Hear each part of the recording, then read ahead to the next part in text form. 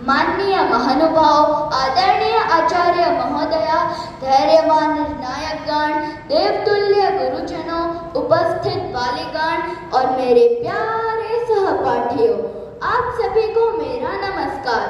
मैं अथर्व सवाणी कक्षा 5 शांतिपनी से हूँ। आज की वक्तृत्व स्पर्धा का मेरा विषय है राजभाषा हिंदी का महत्व। पिछले ही महीने 15 अगस्त को हमने हमारा स्वतंत्रता दिवस मनाया।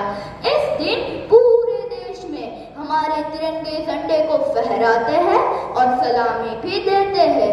आखिर ये तिरंगा झंडा है क्या? केसरी, सफेद और हरे रंग की पट्टियों का जोड़, जिसमें मध्य में अशोक चक्र वाली छाप है। लेकिन जब हमने इन पट्टियों को राष्ट्रध्वज का सम्मान दिया है तो हम जान दे देंगे, लेकिन तिरंगे की शान पर आंच नहीं आने देंगे। जन गण मन हमारा राष्ट्रगान है।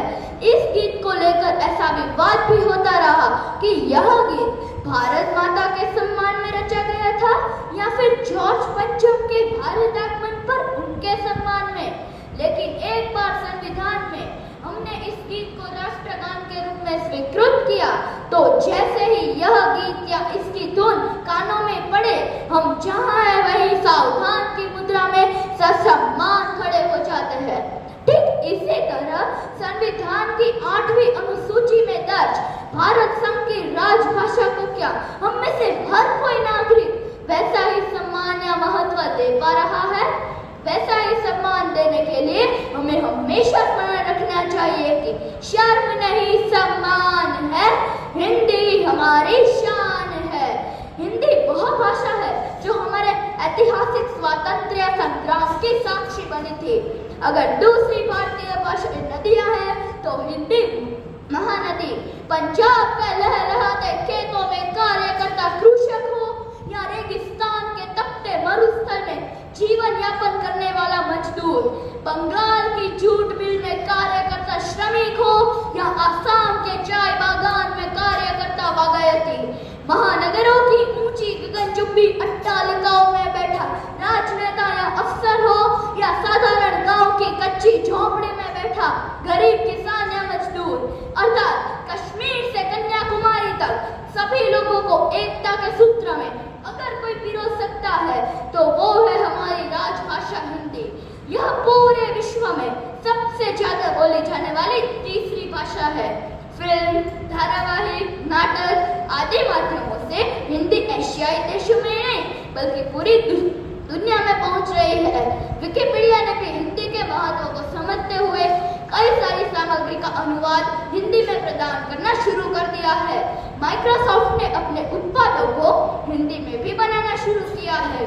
भारत में कोई भी वस्तु तब तक नहीं प्रचलित होती है जब तक कि उसमें भारतीयता का पुट न सम्मिलित हो। हिंदी भाषा वो पुट है जिसके बिना ख्याति संभव नहीं। किसी भी प्रकार के सफलता के शिखर पर विराजमान व्यक्ति यदि पूरे देश को एक साथ देखना चाहती है, देश की भूगोल समझना चाहती है, हिंदुस्तान का अर्थ जानना चाहती है, तो उसे हिंदी का सहारा लेना पड़ेगा। यदि कोई देश का नेतृत्व करना चाहता है कि देश करवट बदले, उठे और अपने गौरव को पुनर्जीवित करे, तो उसे हिंदी की आवश्यकता होगी। इसीलिए तो महात्मा गांधी ने हिंदी को राष्ट्रभाषा के रूप में बढ़ावा देना चाहा था। परसों यानी 14 सितंबर को पूरे राष्ट्र में हिंदी दिवस हिंदी के महत्व को उजागर करने के लिए ही मनाया जाता है।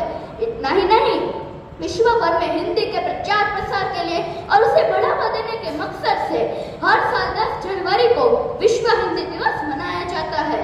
आइए अब पिछले 5-6 सालों की गतिविधि पर नजर डालें। 2019 में सर्वोच्च न्यायालय ने अपने सभी निर्णयों का हिंदी में अनुवाद करना प्रारंभ किया।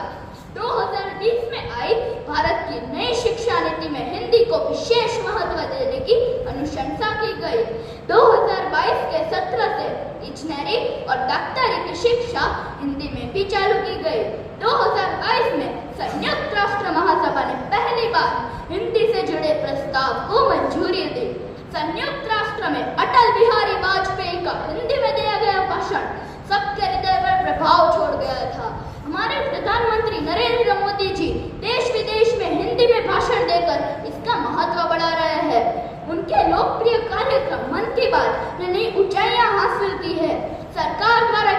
इन्हीं सब प्रयासों को ध्यान में रखते हुए हम ये निष्कर्ष पर पहुंच सकते हैं कि यदि हमारी तरफ से कोई कमी ना रहे तो एक दिन विश्व पलक पर हिंदी का परचम अवश्य लहराएगा और हिंदी अपने गौरवमय स्थान की अधिकारी नहीं होगी।